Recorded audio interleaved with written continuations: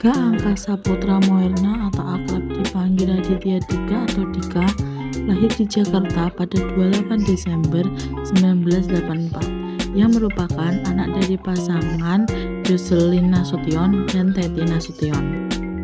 Riwayat pendidikan Raditya Dika. Raditya Dika pernah mengenyam pendidikan di SMPN 28 Jakarta dan SMU 70 Bulungan. Selanjutnya Dika melanjutkan studinya ke University of Adelaide di Australia. Raditya Dika memiliki pandangan hidup untuk menyelesaikan masalah dan memotivasi dirinya, seperti humor sebagai penghias hidup. Dika menganggap humor sebagai bagian integral dari kehidupannya, menemukan diri melalui pengalaman. Dika menghargai pengalaman-pengalaman hidupnya, baik yang menyenangkan maupun yang sulit, sebagai proses penemuan diri, serta ketekunan dan dedikasi dalam berkarya. Dika menunjukkan ketekunan dan dedikasi yang tinggi dalam berkarya. Ia tidak hanya mengejar kesuksesan, tapi juga menikmati proses kreativitas dan perjalanan menuju pencapaian tujuan. Perjuangan Raditya Dika. Perjuangan yang dilalui oleh Raditya Dika tidaklah semudah yang dibayangkan, di mana Dika pernah mengalami penolakan dari penerbit. Pada saat awal karirnya sebagai penulis, Dika mengalami penolakan dari beberapa penerbit yang tidak yakin dengan potensi karyanya.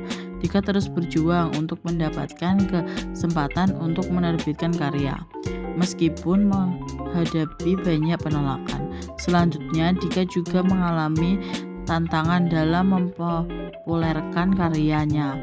Ketika melalui penulisan di era blog, Dika harus berjuang untuk mempopulerkan karyanya di tengah persaingan dengan blog-blog lain.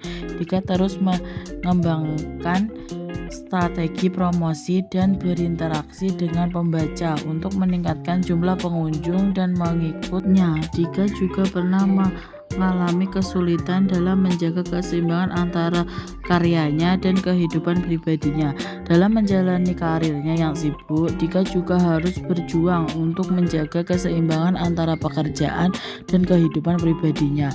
Ini termasuk mengatur waktu dengan efisien, mengatasi stres, dan memberikan perhatian yang cukup kepada orang yang terdekat. Keberhasilan Raditya Dika, di mana karyanya menjadi bestseller dengan buku-buku humornya. Sejumlah buku yang ditulis oleh Dika menjadi bestseller di Indonesia, seperti Kambing Jantan dan Babi Ngesot. Kesuksesan ini menunjukkan popularitas dan pengaruhnya sebagai penulis humor.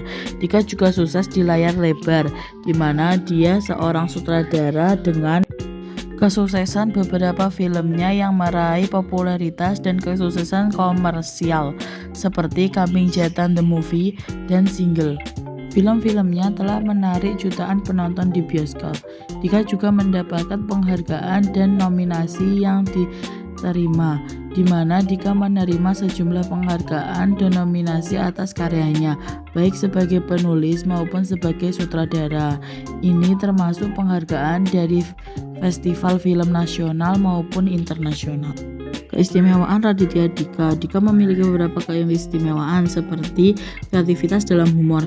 Dika memiliki kemampuan yang luar biasa dalam menciptakan humor dari pengalaman-pengalaman sehari-harinya yang membuatnya disukai oleh banyak orang.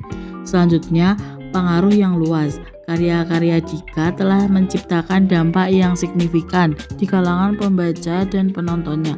Ia berhasil membangun hubungan yang kuat dengan penggemarnya dan menjadi salah satu ikon budaya populer di Indonesia. Selanjutnya, keterbukaan dan kejujuran. Dika terkenal karena keterbukaan dan kejujurannya dalam berbagi pengalaman kehidupan.